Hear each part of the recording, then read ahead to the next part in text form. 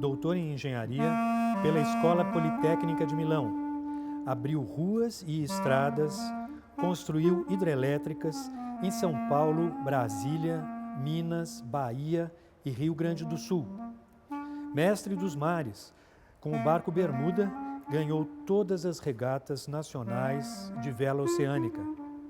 Acadêmico do Clube Alpino Italiano, uma honra só para alpinistas de prestígio não profissionais. Fundador do Clube Alpino Paulista e introdutor dos esportes de neve no Brasil. Músico e ritmista. No meio disso tudo, reuniu uma coleção de arte brasileira que está exposta na Estação Pinacoteca, em São Paulo, a convite da Fundação Nemirovsky. Este é Domingos Job, meu pai.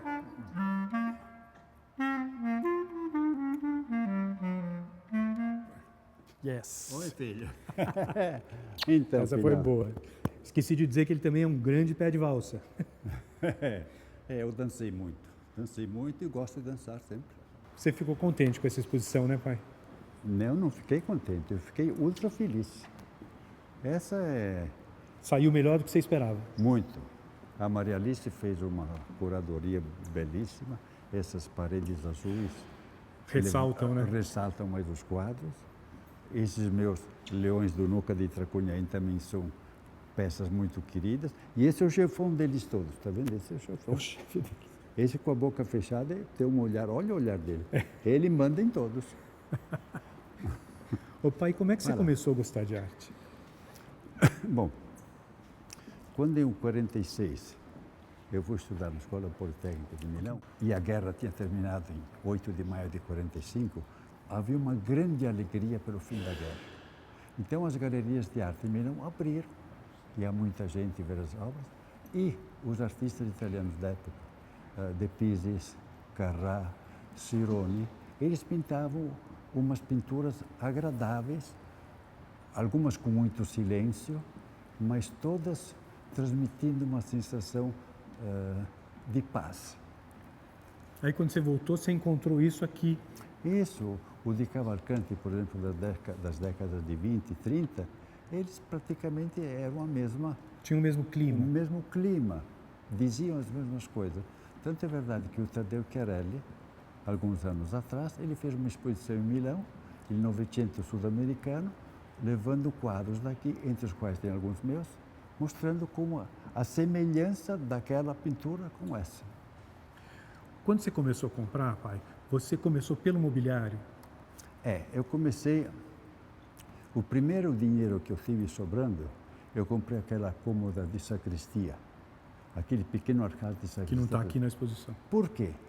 Porque na Itália, quando alguém casava, ele tinha que ter um lugar para guardar as roupas. Claro. E não havia armários embutidos, né? Era tudo em cômodas ou caçapancas. Arcases.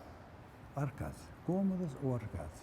E aí logo você começou a se interessar pela pintura brasileira também? Também. E por que você escolheu se focar em arte brasileira? Mobiliário, prataria, pintura, escultura brasileira? Porque eu acho que você, para colecionar arte, você tem que escolher um partido, né? Uma ideia. Não dá para misturar arte europeia com arte brasileira. Quer dizer, dá, porque tem muito colecionador que faz, mas o que me interessa é exatamente o seu foco, porque você realmente tirava da frente tudo que não fosse brasileiro, e isso eu acho que deu um peso muito maior para a sua coleção. Mas isso foi uma coisa, uma escolha espontânea? Sim, lógico, isso foi espontâneo. Porque quando você coleciona, você tem que colecionar coisas que dialoguem entre si, não coisas que fiquem berrando um contra o outro. Então, você vê que lá em casa todas as coisas convivem bem. E aí você começou pelo de Cavalcanti? Comecei pelo de Cavalcanti. E o Volpi apareceu quando nessa história? A Volpi apareceu mais tarde, né? Nos anos 70? Um pouco antes dos anos 70. 60? 68, 69. Agora, a convivência com o Volpi foi a partir de 72, quando eu levei aquele quadro lá que havia machucado no rio, né? Para ele restaurar. Aí ficamos amigos Até a morte dele. até a morte dele. E olha que lindo que está o Neri nessa posição, com destaque, porque realmente é a peça mais importante da coleção, né? Sem dúvida, eu acho que sim. Ele é um quadro de 1934, quando o Neri já estava um pouco doente, né?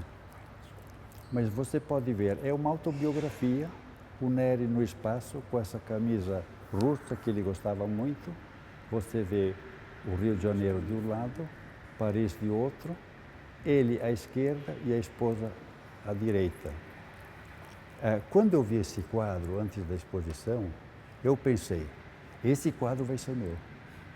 E foi uma luta árdua durante a exposição, durante o leilão, mas no fim eu fiquei muito feliz. Estou feliz ainda hoje. E foi um recorde de preço, né? Foi. Fala o número? Não. Não precisa, mas foi uma coisa que impulsionou o mercado de arte. Foi.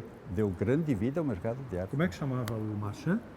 José Paulo Domingues. Esse Volpe aqui também é importante, né? Eu acho esse Volpe muito importante, porque você veja, aqui é tudo... Aqui tem dois detalhes em 3 dimensões, que são esses muros, esse murinho e esse murinho aqui. O resto é tudo aplati. Então, é bidimensional. Esse quadro eu comprei de uma filha, de uma menina, de um médico que trabalhava no hospital do Jaçanã, que era para pessoas perturbadas mentalmente, e o Volpe tinha dado esse quadro para o médico que tratava os enfermos. Voltando para a transição, pai, para ficar bem claro, ele é a transição do figurativo, do tridimensional para o bidimensional. Pro bidimensional. E isso começa o quê? A fase das fachadas? Tudo depois, o Volpe ficou bidimensional em Depois tudo. disso. Não tem nada tridimensional. Isso aí, que época que é? Isso daqui 40. é 40. Final de 40. Final de 40. Quer dizer, a partir daí... Você veja, a década de 50, ele já parte para outras coisas, né? Mas na década de 40, ele pintou esse quadro assim, já mostrando uma tendência para o bidimensional. Então, e nessa sala, o Volpe é todo bidimensional, né, pai? Seguramente. Você vê que já são todas fachadas. Oi, Maria Oi, Alice. que bom te ver aqui, Eu que fico muito visitando feliz. as suas obras. Essa, Maria Maria Como Alice vai, é César? uma Tá grande bom? curadora. Ela tem um espírito de montar as coisas. Por exemplo, os muros azuis. Eu não teria pensado nisso. Ô, Maria Alice, Lentamente. uma das coisas que meu pai mais gostou foi a arquitetura e as cores que vocês escolheram. Isso foi uma coisa pensada por você e pelo Pedro Mendes da Rocha? Sem dúvida nenhuma. Eu já tenho feito alguns trabalhos com o Pedro, né, que é um excelente arquiteto, filho do Paulo Mendes da Rocha. Isso. Mas ele vem se especializando exatamente na montagem de exposições. E eu acho que ele foi extremamente feliz nessa harmonização do espaço, inclusive deixando essas brechas, né? Para a gente enxergar as coisas lá. Exatamente, que dá uma dinâmica muito boa. Aqui você quis fazer uma homenagem ao lado alpinista do meu pai? Pois é, durante esses 2 anos, sabe, a gente fica sabendo de muita coisa da vida do colecionador. E o Domingos enfatizava muito esse gosto, essa paixão que ele teve pelo alpinismo, né? E, inclusive fundando o primeiro clube alpino em São Paulo. Isso, e ensinando a escalar no gelo, né? Pois é. Coisa que o pessoal do Rio não fazia. De maneira que nós resolvemos aqui colocar paralelamente, digamos, à exposição, num display que mostra que isso não é uma obra que pertence à coleção, mas é uma atividade... É um aspecto da personalidade. Exatamente, que ele desenvolveu e tudo isso. E ficaram muito simpáticas essas fotos. O corredor está um espetáculo. Está mesmo. Realmente a gente conseguiu uma grandiosidade, né? Aqui. Tem essa dimensão majestosa do museu, as janelas. Pois é, e as cômodas e papeleiras, ela realmente... Eu adorei esses 2 brecheiros, porque em casa a gente nunca vê eles, um de frente e um de Eles costa. ficam lá em cima daquele Virados, preta. mas virados na mesma direção. É, porque aqui em vez não, você vê melhor assim. Ali, contra o fundo da madeira, não sobressai tanto quanto aqui no branco, lógico. né, da vitrine. Realmente essas obras são tão extraordinárias que elas merecem um tratamento museológico, não é? Esse cegal ficou tão bonito com a moldura que você mandou fazer. Eu também gostei. Achei que deu um resultado ótimo. Oi, Marcela. Oh, Marcelo. Tudo bom, querido? Domingos, bom? Oi, Marcelo. Tudo bom? Eu estou muito agradecido a você. Ah, por favor, nós é que temos que te agradecer. Não, é porque você viu que eu sou uma pessoa já de idade, né? Ele é 85 e logo mais 86. Eu disse, não, vamos dar uma colher de chá para esse velhinho. De maneira alguma. Não foi isso, né? De maneira alguma. O Marcelo Araújo é diretor da Pinacoteca e é dele a ideia de trazer coleções particulares para cá. Como é que nasceu isso?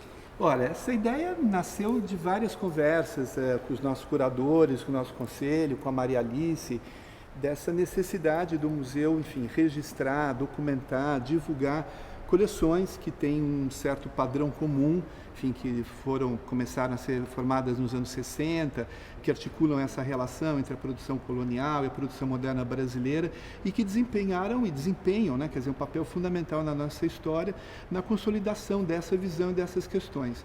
E desde o primeiro momento, quando a gente pensou nessa programação, o que a gente pensou foi na coleção do Dr. Domingos, porque, enfim, é uma coleção que a gente conhece há muitos anos e que tem todas essas características e que, acima de tudo, ou além dessas características todas, eu acho que tem uma qualidade fundamental, que é o fato da gente sentir que é uma coleção que foi formada com um coração e com uma dedicação que são maravilhosas. Eu acho que isso que dá essa qualidade tão especial para a gente. Dá um abraço.